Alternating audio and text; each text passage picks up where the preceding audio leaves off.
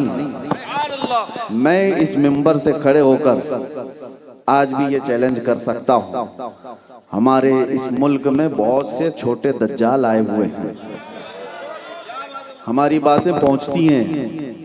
अरे चिट्ठी निकाल करके बाबा बताए ढकोसला, तू क्या चीज लेकर के आया था? ये तो रोज के बच्चों के खेल हैं। कौन सी चिट्ठी, किसके बारे में? तो सारे कर रहे हैं। उन छोटे दज्जालों से मैं कहता हूं, आ जाओ एक बार वरंगल की सरजमीन पर। चिट्ठी उट्टी से नहीं खेलते, चिट्ठी पेपर उसकी इसकी बातों से नहीं खेलते। आओ यहाँ साहबे सज्जादा आज भी बैठे, कहानियां नहीं है। बाप दादा वो करते थे, बाप दादा ये करते थे, कहानियां नहीं है। आओ हाथ में तुम भी एक सलाख ले लो, ये भी ले लेते। बहुत खूब, बहुत खूब।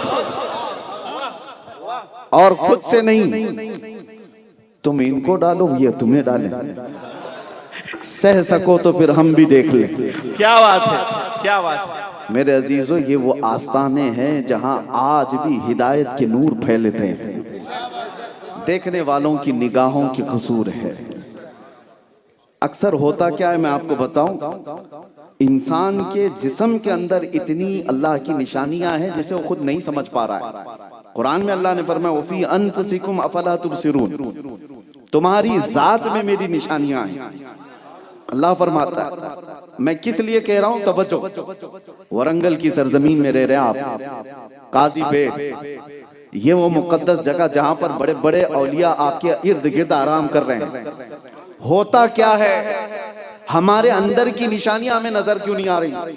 ये जो हम दो टांगों पर खड़े हैं ना, ये अल्लाह की निशानी है।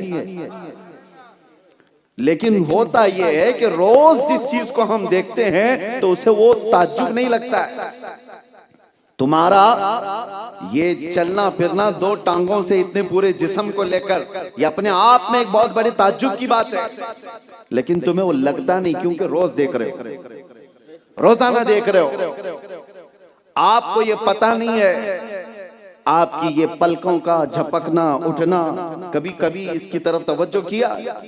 साइंस ने इस पर सालों तहकीक की है। अगर ये बंद हो जाए तो इसको बिल्डोजर से खींच करके भी सही नहीं कर सकते, है इतनी पतली सी ये पलकें तुम्हारी, और अगर ना बंद हो तो खींच के भी नहीं बंद कर सकते। लेकिन बगैर किसी स्प्रिंग के ये रोजाना पता नहीं कितनी मर्तबा झपकती है, उठती है। इसके अंदर कौन सी ताकत है? ये अपने आप में एक निशानी है अल्लाह ताला की आयात में से। हम उसकी तरफ तवज्जो नहीं करते, क्यों? रोज चीज हो रही है। जो चीज हैबिटेट है, आदत में आ गई है, वो इंसान को ताज्जुब नहीं लगती। शायद ऐसी ही कुछ बातें हैं, औलिया आपके इर्द गिर्द फैज खूब लुटा रहे हैं और तुम्हारी नजरें वहां तक नहीं जा रही, देख नहीं पा रहे। इसीलिए किसी ने सच कहा है, न पूछ इन खिरका पोशों को, इरादत हो तो देख इनको, ये दे बैजा लिए बैठे हैं अपनी आस्तीनों में। मैं लफ्ज़ बयाबानी सुनता हूं तो एक अजीब एहसास होता है। तो जंगल को कहा जाता है, जंगल को कहा जाता है, लेकिन अल्लाह वाला जिस जंगल में बैठ जाए वो शहर से भी बेहतर बन जाता है। फिर वो बयाबान लफ्ज ही रह जाता है, हकीकत में नहीं होता। इन औलिया कामिलीन को अल्लाह ताला ने वो असर अता फरमाया है, और बड़ा फख्र है मेरे अजीजों।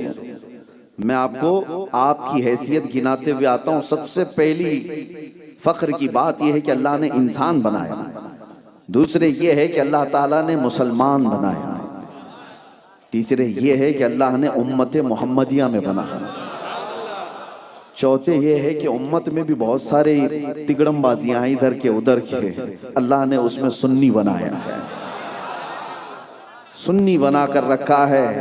मेरे अजीजों, उस पर मजीद ये है कि अल्लाह ताला ने औलिया के अदब करने वाली जमात में रखा है।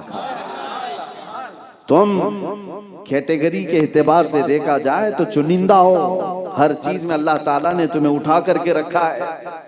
ये डॉलरों और रियालों पर पलने वाली जमात नहीं है, ये आस्थानों के लंगर पर पूरी जिंदगी गुजारने वाली खौफ। फख्र है मैं इस बात पर, फख्र है।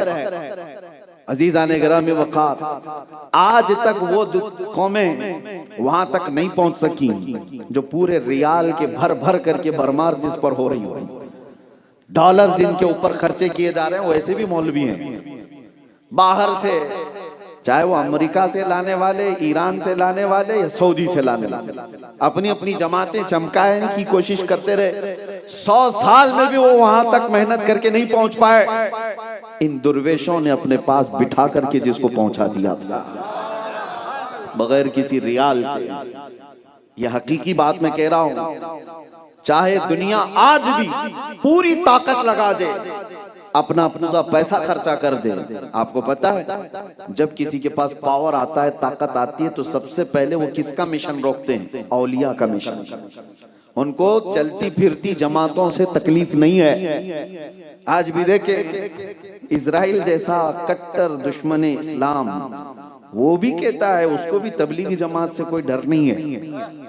उनके यहाँ गैर मुजिर चीज है, गैर मुजिर है, कोई तकलीफ देने वाली जमात नहीं है, ये चलती फिरती है। फिर डर किससे है? कहा ये सुन्नियों से, ये जो रसूलुल्लाह के इश्क की बात करते हैं, ये जो मोहब्बत औलिया की बात करते हैं। वजह यह है कि यहाँ ईमान जोश खाता है, और अगर इनमें का एक भी खड़ा हो गया तो हजारों को सुला देगा। पूरी दुनिया ये इसी कौम को अपने निशाने पर रखती है। वजह यह है कि ईमान तुम्हारे पास है। इसी को आला हजरत ने क्या कहा? तेरी गठरी ताकी है और तूने नींद निकाली। सुना जंगल रात अंधेरी छाई बदली काली है, सोने वालों जागते रहियो चोरों की रखवाली है। आंख से काजल साफ चुरा ले या वो चोर बला के हैं, तेरी गठरी ताकी है। तेरी गठरी ताकी है मतलब क्या है? शैतान तेरी ही गठरी चुराने के पीछे लगा हुआ है, और ऐसे में तू सो रहा है। शैतान को दूसरों की गठरी से मतलब ही नहीं। अरे हो तो मतलब, सब कुछ तुम्हारे पास, ईमान तुम्हारे पास है, इश्क रसूल तुम्हारे पास है, इश्क औलिया तुम्हारे पास है, कुरान के आदाब तुम्हारे पास है, सही तफसीर तुम्हारे पास है, सही अहादीस तुम्हारे पास है। ये बेशबहा कीमती चीजें रखे हो तो तुम्हारी गठरी तो देखी गई है। इसको चुराने के लिए पूरी ताकत लगाई जाती है। और ऐसे में आला हज़रत कहते हैं सोना मत, सोना मत, सूना बन है, सोना जहर है, सूना पास है, सूना बन है, सोना जहर है। उठ प्यारे, 3 बार लफ्ज़े सूना है। सूना पास है, गोल्ड तुम्हारे पास है। सूना क्या है? गोल्ड, यानी गोल्ड तुम्हारे पास है। सूना बन है, यही बयाबान है। यानी बन कहते हैं जंगल को, वीरान जंगल है, ऐसे में तुम्हारे पास गोल्ड रखा हुआ है, और ऐसे वक्त में सोना नींद जहर है। उठ प्यारे, सूना पास है, सूना बन है, सोना जहर है। उठ प्यारे। और उस वक्त आला हज़रत कहते हैं तेरी गठरी ताकी है और तूने नींद निकाली है। हाँ, सोना पास है, सोना बन है, सोना जहर है। उठ प्यारे, तू कहता है मीठी नींद है, तेरी मथी निराली है। वो तो निहायत सस्ता सौदा बेच रहे हैं जन्नत का, हम मुफलिस क्या मोल चुकाएं, अपना हाथ ही खाली है। ऐ मेरे अजीजों, मैं आपसे एक बात और अर्ज करते हुए ये तमहीदी बातें कह रहा हूँ कि अल्लाह का करोड़ है एहसान है कि औलिया के आस्थानों से उसने हमें वाबस्ता रखा है। दुआ भी यही करो कि क़यामत तक हमारी नस्लें इन औलिया के गुलाम पैदा हो, सर उठाने वाला नहीं, इनके सामने अदब के साथ खड़े रहने वाला बंदा बना। जिन लोगों ने भी इन औलिया के आस्थानों से दुश्मनी मोली है, वो हदीस कुदसी में अल्लाह के नबी सल्लल्लाहु तआला अलैहि वसल्लम ने फरमाया, अल्लाह का ये फरमान, मन आदा ली वलियन फक़द आदनतुहु बिल हर्ब, जिसने मेरे किसी वली से दुश्मनी की, मैं उसको अपने साथ जंग का ऐलान करता हूँ। किसकी है ये हिम्मत जो अल्लाह से जंग का इरादा करे? कौन है जो ये जुर्रत रखता है अल्लाह से वो जंग करे? मेरे अजीजों, आस्थान हमारे जो औलिया कामिलीन के हैं, इस पर अब सारी दुनिया की नजरें, उनमें कुछ टोपी जुब्बे वाले भी हैं और कुछ कुफारो मुशरिकीन भी हैं, और दोनों इन आस्थानों से बुग़्ज़ और अदावत रखने वाले। इनके दिलों के अंदर इन औलिया की दुश्मनी है। अब तो देखो अजमेर मुअल्ला की तरफ उंगलियां उठाई जाए, ये कहां कहां ढूंढेंगे, जहां खोदो वहां कुछ ना कुछ मिल जाए, बस ने होता ही नहीं है। हमसे एक मीडिया वाले ने ये इंटरव्यू लिया था और मैंने कहा था कि भाई यहाँ इतनी सब जो पुरानी पुरानी इमारतें दिखती हैं सब पर दावा ठोक देते हो, औलिया के आस्थाने वो थे ये थे, दुश्मनी किस बात की? दुबई जाते हो वहां भी दावत ठोक दो, ये बुर्ज खलीफा नहीं ये बुर्जेश्वर है।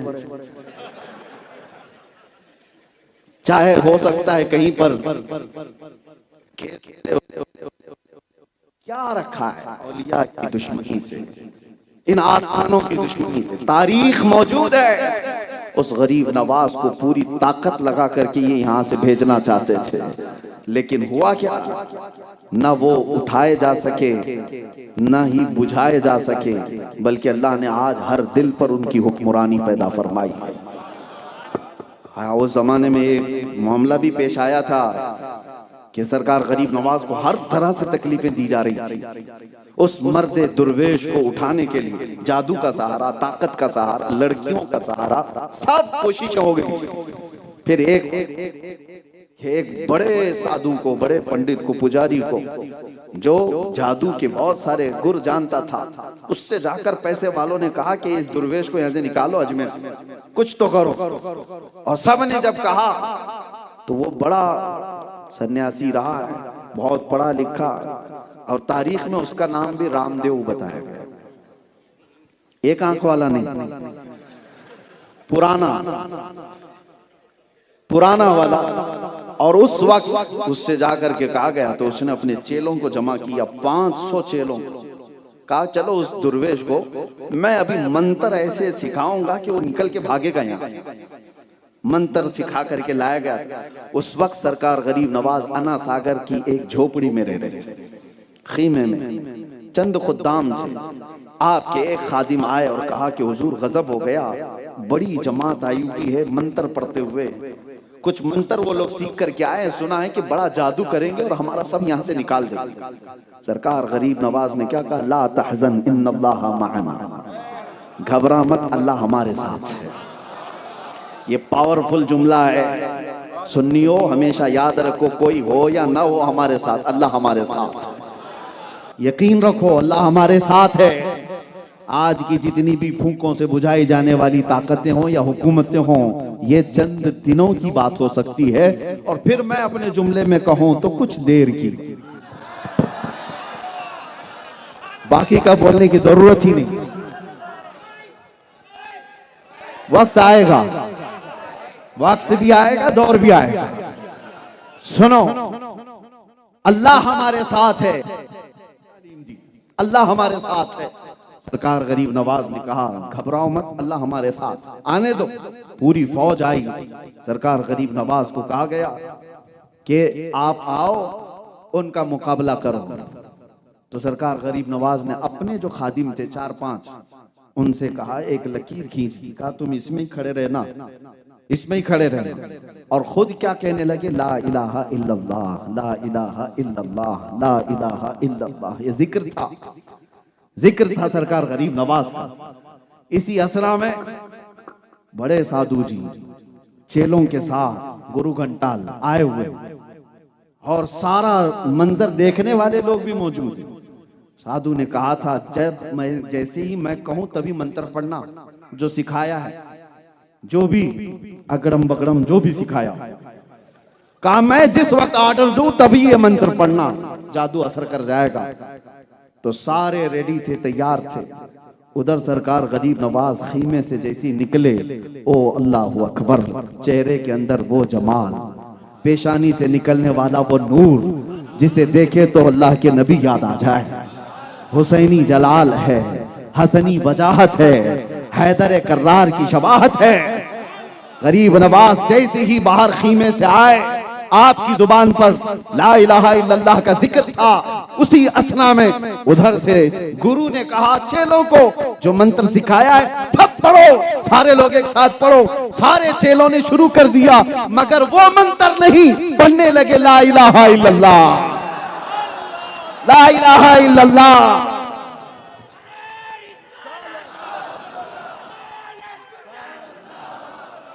सरकार गरीब नवाज ने देखा और खुद्दाम भी देख रहे हैं, अरे ये सीख के क्या आए थे और पढ़ क्या रहे हैं। और मेरे अजीजों, ये कोई जोक नहीं, लतीफा नहीं, तारीख की सच्चाइयां हैं। 500 लोगों ने कलमा पढ़ा था, तो जो सिखाकर उस्ताद लाया था वो कदमों में गिरा और कहा ये चेहरा किसी झूठे का नहीं हो सकता, ये झूठे का चेहरा नहीं हो सकता। मैं खुद भी वही कलमा पढ़ता हूं जो आपकी जुबान से निकलता। सब बरसों तक सरकार गरीब नवाज की खिदमत किया और खिलाफत से भी सरफराज। सरकार गरीब नवाज मुरीद भी बनाए और खिलाफत से भी सरफराज किए। ये औलिया कामिलीन के आस्थाने हैं। अजीजा ने गिरामी वक़ार, दीन जो फैला है, इस्लाम जो फैला है, आपको ये बातें इसलिए बताई जाती हैं कि आज का नौजवान ये समझता है कि गूगल से हमारे पास दीन आ गया है, इंटरनेट से दीन आ गया है। पता नहीं कैसे कैसे जोकर आ गए हैं इंटरनेट पर, नौजवान उनकी फिदाई बन गए। क्या रेफरेंस देता है, क्या नंबर बोलता है। वो इंजीनियर है, कोई डॉक्टर है, कोई प्रोफेसर है। तुम इंजीनियरों के दीन पर हो कि गरीब नवाज के दीन पर हो? दीन प्लम्बर से, इंजीनियर से नहीं आया है। दीन आया है तो अफजल बयाबानी जैसे बुजुर्गों से आया है। दीन आया है तो ख्वाजा दक्कन से आया है।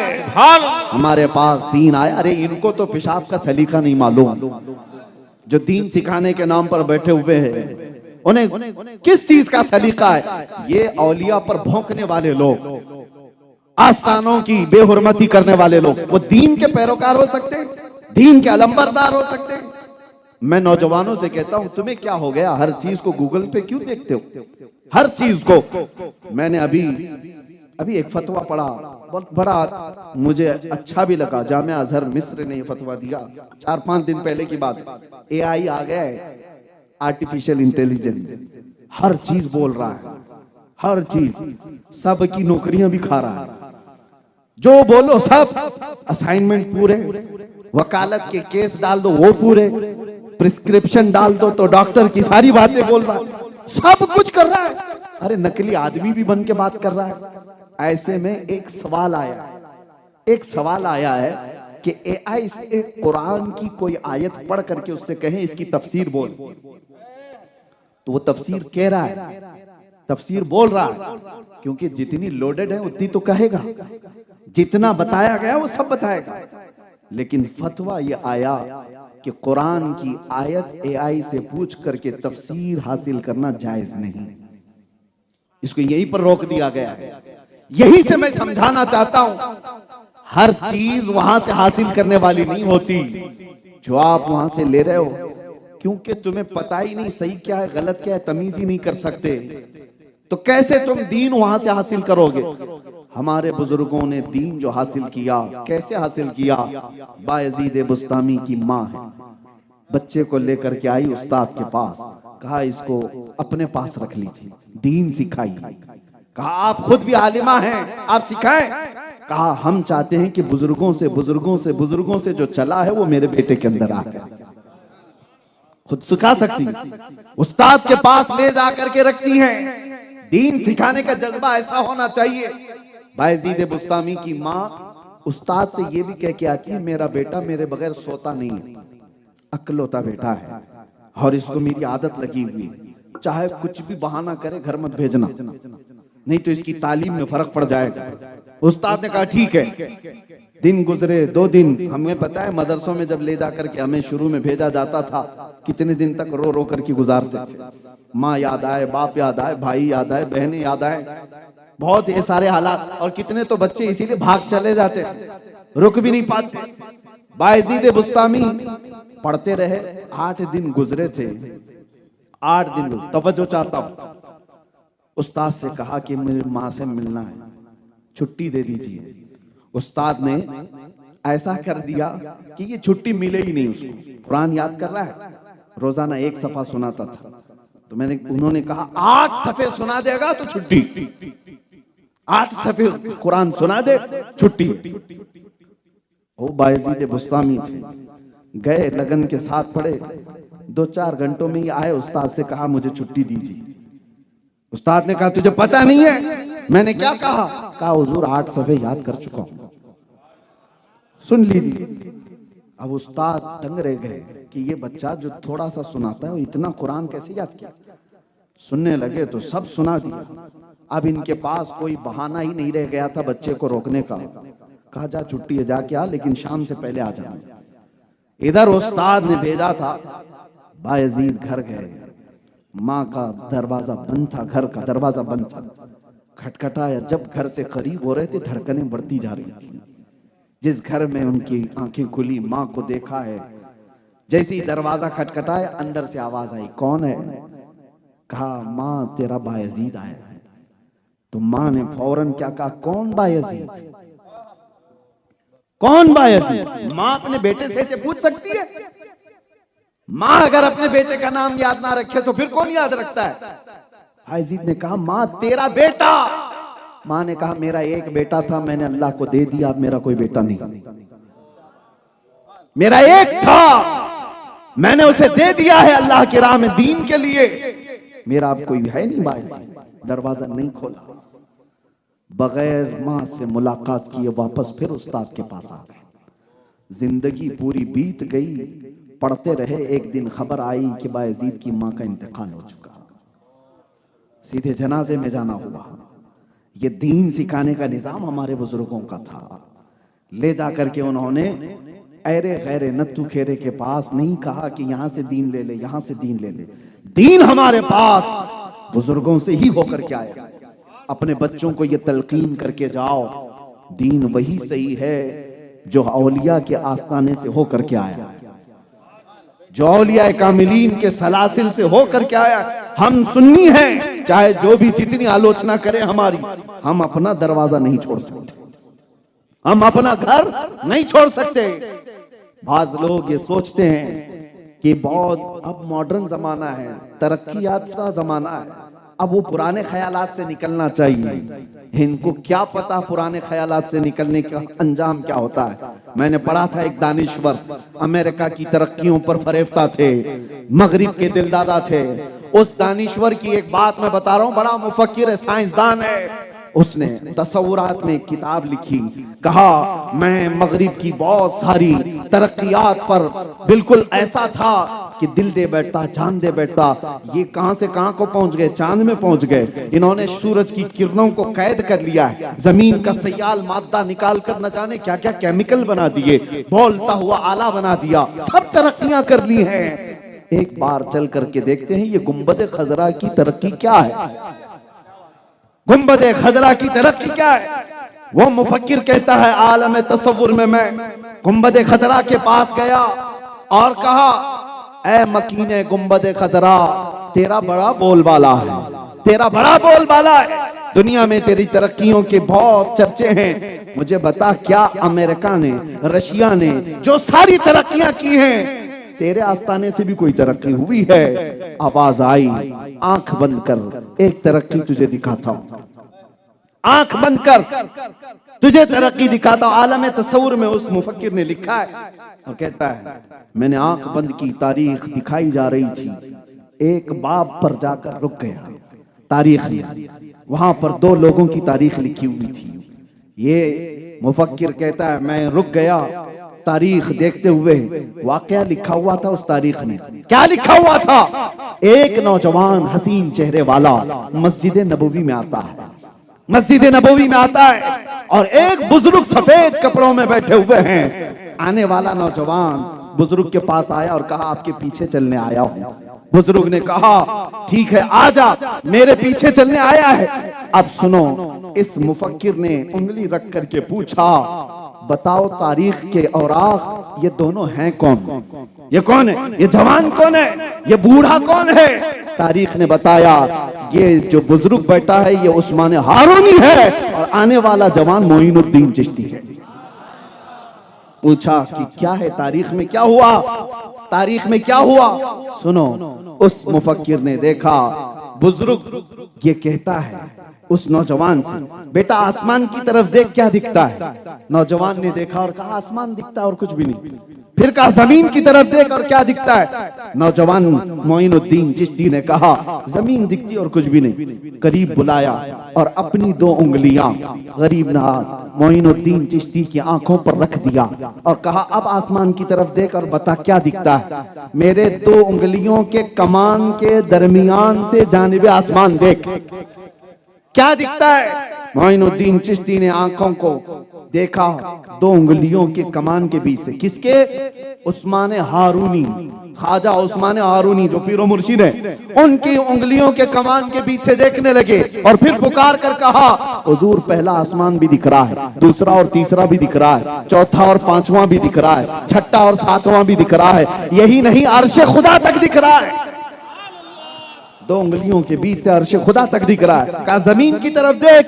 जमीन की तरफ देखा तो मोइनुद्दीन चिश्ती ने पुकार कर कहा जमीन के 7 तबक ही नहीं तहतुस सरा तक दिख रहा है। बस ये मंजर देखा, उस मुफक्किर को गुंबद खजरा से आवाज आई बंद कर अब ये तारीख देख लिया। एक बुजुर्ग को, एक जवान को, उठ और जा। पूरे अमेरिका में, रशिया में, तेरे तरक्की याफ्ता दौर में एक ऐसा इंसान ला करके दिखा जिसके 2 उंगलियों के बीच से ऊपर देखे तो अर्श खुदा दिखे और नीचे देखे तो तहतुस सरा दिखे। वो घबराया हुआ निकला, कहा हमारे यहाँ तरक्की तो मटेरियल की है, इंसान की कहाँ है? सारी तरक्की, अरे इंसानों ने इस पे मेहनत किया, लोहे पर इसको माइक बना दिया, मेटल पर तरक्की किया, कंप्यूटर बना दिया, मेटल पर काम किया है, प्लेन बना दिया। सारे तो मेटल की तरक्की है, लोहे की तरक्की है। मोबाइल किस चीज का है तुम्हारा? ये जिन धातों से बना उन धातों की तरक्की है। तेरी क्या तरक्की है?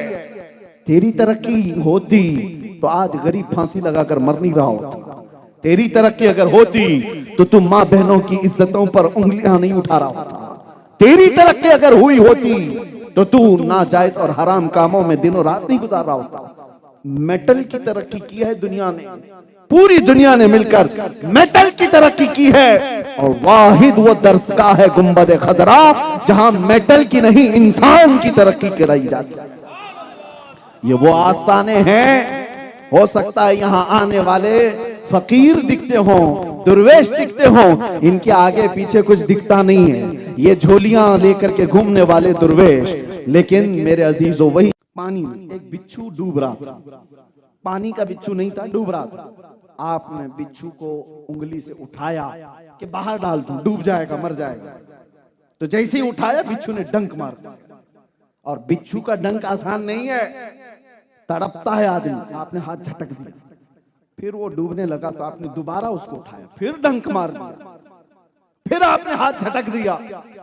तीसरी बार उसकी डंक को ही पकड़ा और उठा करके पानी से बाहर फेंक दिया। वो मिट्टी में चलता हुआ निकल गया।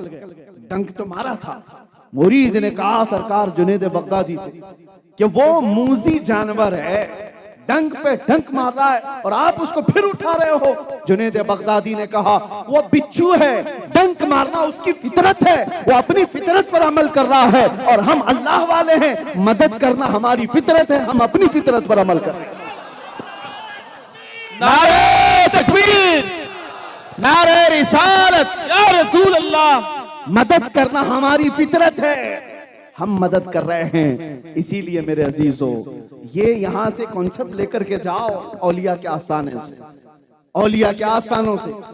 मुझे बड़ी खुशी इस बात की भी है कि यहाँ लंगर रोजाना चलता है, हर एक को खिलाया जाता है। यही औलिया इकराम का तौर तरीका था। गौसे पाक ने फरमाया मैंने सारी नेकियां उलट पलट करके देख लिया, 2 नेकियों से ज्यादा महबूब अल्लाह क्या मुझे नहीं नजर आई। गौस पाक के आस्थाने पर भी ये मौजूद है। गौस पाक कहते सारी नेकियां उलट पलट कर देख लिया, 2 नेकियां मुझे लगी। पूछा कौन सी? कहा एक नंगों को कपड़ा पहनाना, दूसरे भूखों को खाना खिलाना। गौस पाक ने फरमाया, और इसी वजह से 1000 साल हो गए गौस पाक का लंगर आज भी चल रहा है। एक और बात मैं बता दूं, काटने और इसकी बात आपने सुन ली, जोड़ने की। इसी तरह से तुम्हारा मकसद जीने का क्या होना चाहिए? क्या होना चाहिए? हजरत शफीक बल्खी बड़े पाए के बुजुर्ग हैं, उनके जमाने के बुजुर्ग हैं इब्राहिम बिन अदम। इब्राहिम बिन अदम रास्ते से गुजर रहे थे, उन्होंने देखा जंगल में एक लोमड़ी को, उसके चारों पैर कटे हुए, यानी समझ लो 2 हाथ और 2 पैर अगर सब कटे हुए, चल नहीं सकती, खाली धड़ है लेकिन हड्डी कट्टी है, ताजा है।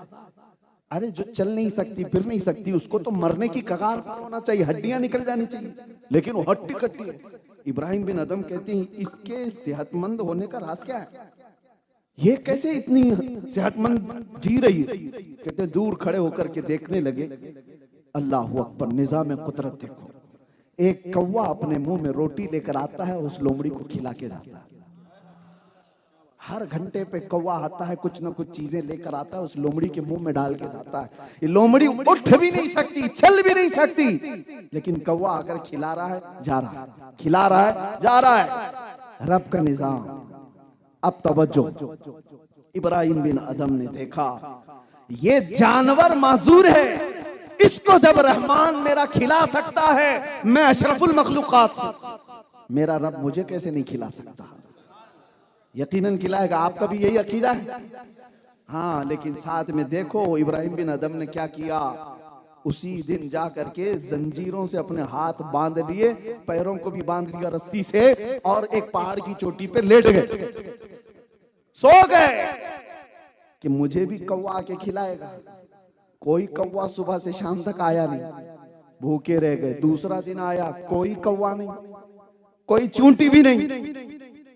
वहां खिलाया जा रहा है, यहां नहीं खिलाया जा रहा है। तीसरा दिन आया, लोगों को पता भी चल गया कि इब्राहिम बिन अदम अपने आप को बांध करके पड़े हुए हैं। शफीक बल्खी गुजर रहे थे, बड़े बुजुर्ग। लोगों ने उनसे कहा इब्राहिम बिन अदम का हाल देखें, वो जंजीरों से अपने आप को बांध करके पड़े हैं जंगल में। आप आए, कहा इब्राहिम क्या बात है। उन्होंने बताया 3 दिन पहले मैंने एक माजरा देखा, एक लोमड़ी जिसके चारों पैर कटे हैं, हर घंटे पर कौवा उसे रोटियां पता नहीं क्या क्या चीजें लाकर खिलाता है, जाता है, वो हट्टी कट्टी है। तो फिर आपने पूछा फिर उसके बाद क्या हुआ। इब्राहिम बिन अदम कहते हैं तो फिर मैंने भी अपने हाथ पैर बांध लिए कि अल्लाह मुझे कैसे नहीं खिलाएगा। तो पहला जवाब तो शफीक बल्खी का क्या था, तवज्जो। पहला जवाब तो यह था, कहा इब्राहिम वो खुदा है और तू बंदा है,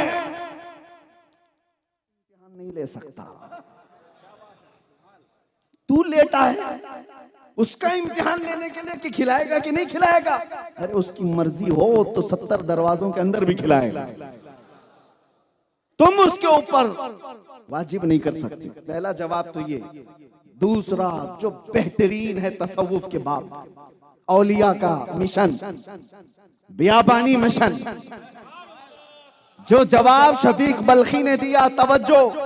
इब्राहिम बिन अदम से कहा, ऐ इब्राहिम तुमने लोमड़ी को देखा, चारों पैर से कटी हुई, और एक कौवा उसमें लाकर हर घंटे पर रोटी खिला रहा है। ये देख करके तुमने अपने आप को जंजीरों से बांध लिया।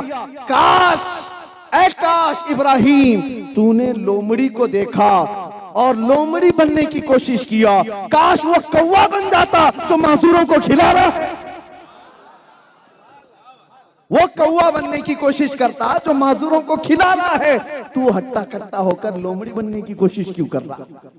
अल्लाह ने तुझे ताकत दिया है तो माजूरों को खिला, और जब तेरे पास कुछ ना हो तो फिर रहमान हर दरवाजा तेरे लिए खोलेगा। यह औलिया का मिशन है मेरे अजीजों, यह आस्थानों का मिशन है। दूसरों की मदद करना, और खास तौर पर टांग खींचने वाली जो आदतें, एक दूसरे को खींचना, औलिया के मसलक में कभी नहीं रहा, कभी नहीं रहा। सबसे पहले वो दिलों को पाक करते हैं हसद से और कीने से, बुग़्ज़ और अदावत से। दूसरों के लिए अपने दिलों में कीना भरा रहना। और इसीलिए शब बरात भी गुजर गई, आपकी पता है मेरे आका सल्लल्लाहु अलैहि वसल्लम ने फरमाया 2 लोगों की आज की रात भी बख्शिश नहीं होती, एक मुशरिक की और एक कहा कीना रखने वाले की। मुशाहिन, जो दिल में दूसरे मुसलमान के लिए कीना रखता है, उसकी आज की रात भी दुआएं नहीं कबूल होती। शब बरात के मुतालिक कहा गया। तो ये जो माहौल है, औलिया के आस्थानों से हमें अखलाक सिखाए गए। आज अदब निकलता जा रहा है। मैं अक्सर कल से यही कह रहा हूँ, मौलाना से भी यही कह रहा हूँ, जहां जा रहे हैं ये सेल्फियां क्या है, ये फोटो क्या है, ये महफिलों का अदब, ये रौनक सब खत्म होने आ गई। मैं आपको बताता हूं, हुजूर पाक सल्लल्लाहु अलैहि वसल्लम मस्जिद नबवी में खिताब कर रहे हैं और उसी वक्त हुजूर ने मस्जिद में ये कहा, बैठ जाओ बैठ जाओ। जुमा का दिन है, हुजूर मस्जिद में बयान कर रहे हैं। एक साहबी अब्दुल्ला बिन रवाहा, वो रास्ते से आ रहे थे, अभी मस्जिद में पहुंचे नहीं थे, उनके कानों में हुजूर की आवाज आई, वो गली में ही बैठ गए, मस्जिद नहीं पहुंचे, रास्ते में ही बैठ गए और उसके बाद ऐसे पैरों को घसीटते हुए मस्जिद की तरफ जाने लगे। लोगों ने कहा वो तो रसूलुल्लाह ने मस्जिद में पुकारा है, मस्जिद वाले अंदर जो है बैठ जाओ, आप यहां रास्ते पे क्यों बैठे हो? तो अब्दुल्ला बिन रवाहा कहते हैं, हुजूर की बात मेरे कानों पे पड़ गई तो मुझे अमल वाजिब हो गया, अगर उसके बाद भी मैं खड़ा रहता कहीं गद्दारों में मेरा नाम ना आ जाए। ये हुजूर पाक सल्लल्लाहु ताला अलैहि वसल्लम के सहाबा का जो अदब था, यही अदब औलिया कामिलीन ने अपना मसलक बना दिया था, अपना मसलक बना दिया था। मेरे वालिद गिरामी रहमतुल्लाह ताला अलैह हमारे इलाके के दुर्वेश बाबा थे, शिमोगा इलाका है कर्नाटक, उनके सोहबत में कई महीनों गुजारे। हुजूर बहरुल उलूम मुफ्ती अब्दुल मन्नान साहब क़िबला रहमतुल्लाह ताला अलैह, बहरुल उलूम जिनको कहा जाता है, वो मुफ्ती दुर्वेश बाबा के आस्थाने पर फतवा लिखने के लिए थे, बड़े मुफ्ती, और एक दुर्वेश के आस्थाने पर फतवा लिखने के लिए बैठे थे। 6 महीने वहां गुजारे बहरुल उलूम। मेरे वालिद उसके आईनी शाहिद कहते, एक बार एक बड़ा सेठ आदमी आया, पैसे वाला आदमी था, दुर्वेश बाबा का मुरीद था। वो आया और जो तिपाइयां रखी होती है ना, हम तो जो मौलवी हजरात है वो नीचे बैठ के पढ़ाते हैं, तिपाई जो टेबल रखे होते हैं, उसने उसको फलांग करके जल्दी से दुर्वेश बाबा से मिलने की तमन्ना की, क्योंकि हजरत रूम में थे और बहरुल उलूम मुफ्ती अब्दुल मन्नान बैठे हुए नहीं थे, दरसगाह में नहीं थे, वो तो अपने कमरे में थे, लेकिन उनका गद्दा बिछा हुआ, टेबल लगी हुई थी, उसको वो फलांग करके आया। मेरे वालिद फरमाते हैं, दुर्वेश बाबा ने उसको पकड़ लिया और कहा, तूने जो आज बदतमीजी की है, तू होगा बहुत बड़ा मालदार अपने घर का, सेठ होगा अपने घर का, तेरे पायजामे का कोना भी अगर इसको लग गया ना, तो मैं तुझे अपने आसपास कहीं फटकने भी नहीं दूंगा, क्योंकि वो एक आलिम दीन के बैठने की जगह है। तुझे पता है हदीस रसूल है, कयामत के दिन मेरे आका ने फरमाया, शहीदों के खून और मुफ्ती के कलम की स्याही से तोली जाएगी। एक फकीह के कलम की स्याही शहीद के खून से तोली जाएगी, ये हदीस पाक है। और मेरे वालिद फरमाते हैं, उस सेठ को रात के 11 बजे से लेकर सुबह 4 बजे तक वो खड़े होकर के बताते रहे, खड़े होकर डांटते रहे, मैं कहा 6 घंटे, कहा उनका मामूली ऐसा था, एक बेअदबी देखते तो 6 घंटे लोगों को बयान करते। ये हम बुजुर्गों के आस्थानों से सीखे हुए, ये हमारी कौम को आज क्या हो गया, आते हैं कमर में हाथ डाल करके सेल्फी लेना चाहते हैं, गले में हाथ डाल करके उलमा के साथ खड़े होना चाहते हैं। मेरे अजीजों, सुन्नियों का ये माहौल नहीं हो सकता। सुन्नी तो मशहूर ही था अदब में। हमको जो दुनिया टॉन्ट मारती है, किस बारे में मारती है कि ये बहुत ज्यादा अदब करते हैं, हमको अदब में ही दुनिया पहचानती है। कुरान का अदब करने वाले हम लोग हैं, नबी पाक का नाम आए तो अंगूठे चूमने वाले हम लोग हैं। औलिया कामिलीन से वाबस्ता कोई चीज हो तो उसे जमीन पर रखने नहीं देते, चूम कर ऊपर रख देते। ये सुन्नियों के घरों में माहौल है या नहीं? अरे फातिहा भी अगर हमारे घर में हो जाए, शीरनी का अदब करते हैं। ये सुन्नियों क्या है? तो जो कौम अदब में थी वो आज बेअदब क्यों हो रही है जलसों में? इस चीज का ख्याल रखो, औलिया कामिलीन के आस्थानों से अदब सीखो। बस अब मैं अपनी गुफ्तगू को खत्म करते हुए आखिरी ये बात अर्ज करूंगा, इन औलिया का मिशन क्या था? ये आए दुनिया में, ये हलके बनाने नहीं आए थे, ये चेले बनाने नहीं आए थे, बल्कि ये आए थे, इनका एक कलमा मैं आपको बता दूं। मौलाना जलालुद्दीन रूमी फरमाते हैं, कहा कि लोग आपको बहुत चाहते क्यों हैं? आज लोग टूट पड़ते हैं आपकी तरफ। मौलाना रूम ने क्या कहा, हमारी हैसियत ऐसी है जैसे हाथ में शीशे का एक टुकड़ा, दिन के उजाले में शीशे के टुकड़े को दीवार पर इधर उधर कहीं पर भी आप घुमाओ, शीशे की रोशनी जाती है कि नहीं जाती? दीवारों पर शीशे की रोशनी जाती है। तो मौलाना जलालुद्दीन फरमाते हैं वो शीशे की रोशनी, हम भी बचपन में खेलते थे, आप भी खेलते रहे होंगे, शीशे का टुकड़ा लेकर दिन में आप ऐसे सूरज को दिखाते और फिर दीवारों को उजाला करते रहते, उसकी एक रोशनी पड़ती है। मौलाना रोम फरमाते हैं वो जो शीशे के टुकड़े से दीवारों पर और पत्थरों पर रोशनी पड़ती है वो शीशे की नहीं होती, वो सूरज की होती है। शीशे की नहीं है, वो सूरज की है। ये मिसाल इसलिए दे रहा हूं, या औलिया कामिलीन या उलमाए सालिहीन, इनकी अपनी रोशनी नहीं होती। ये बात करते हैं मुस्तफा की, चमक वहां से पड़ती है और ये जिस तरफ घूमते हैं हर जगह रोशन होती है, हर जगह रोशन होती है। ये कहां से आई हुई रोशनी? उसी आफताब रिसालत से, उसी मोहम्मद अरबी के आस्थाने से।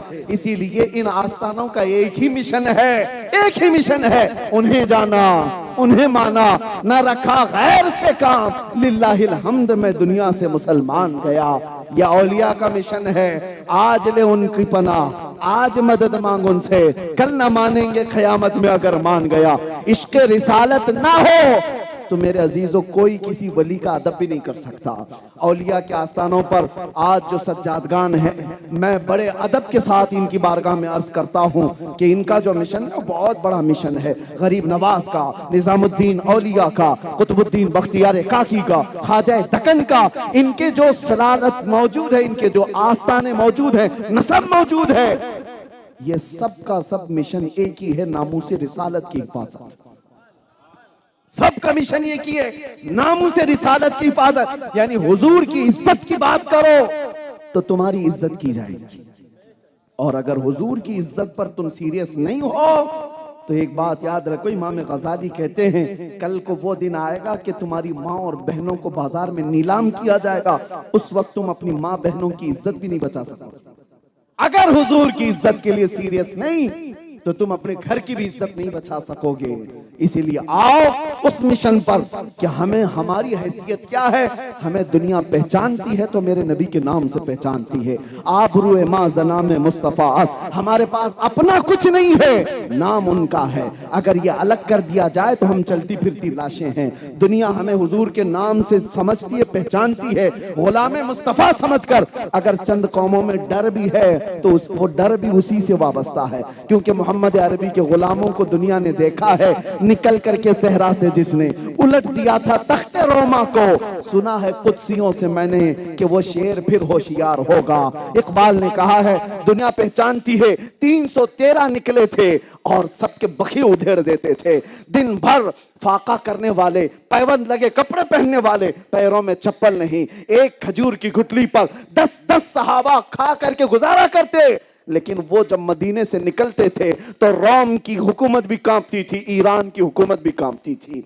उनको घुटने टेकने पर मजबूर करने वाले मोहम्मद अरबी के ये गुलाम हैं। दुनिया को पता है, इन्हें पता है, और आज भी ये मौजूद कौम उसी कौम की वारिस है, उसी कौम की वारिस है। किसी भी दिन इनके अंदर वो शेर होशियार हो गया तो अच्छे अच्छे कुत्तों की मौत आ ही जाएगी।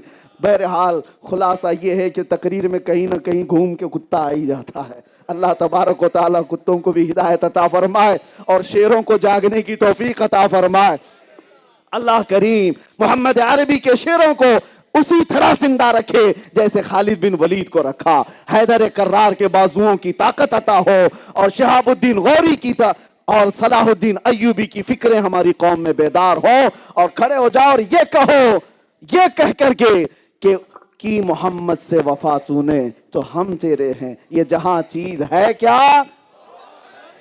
लब्बैक या रसूल अल्लाह, लब्बैक या रसूल अल्लाह, लब्बैक या रसूल अल्लाह।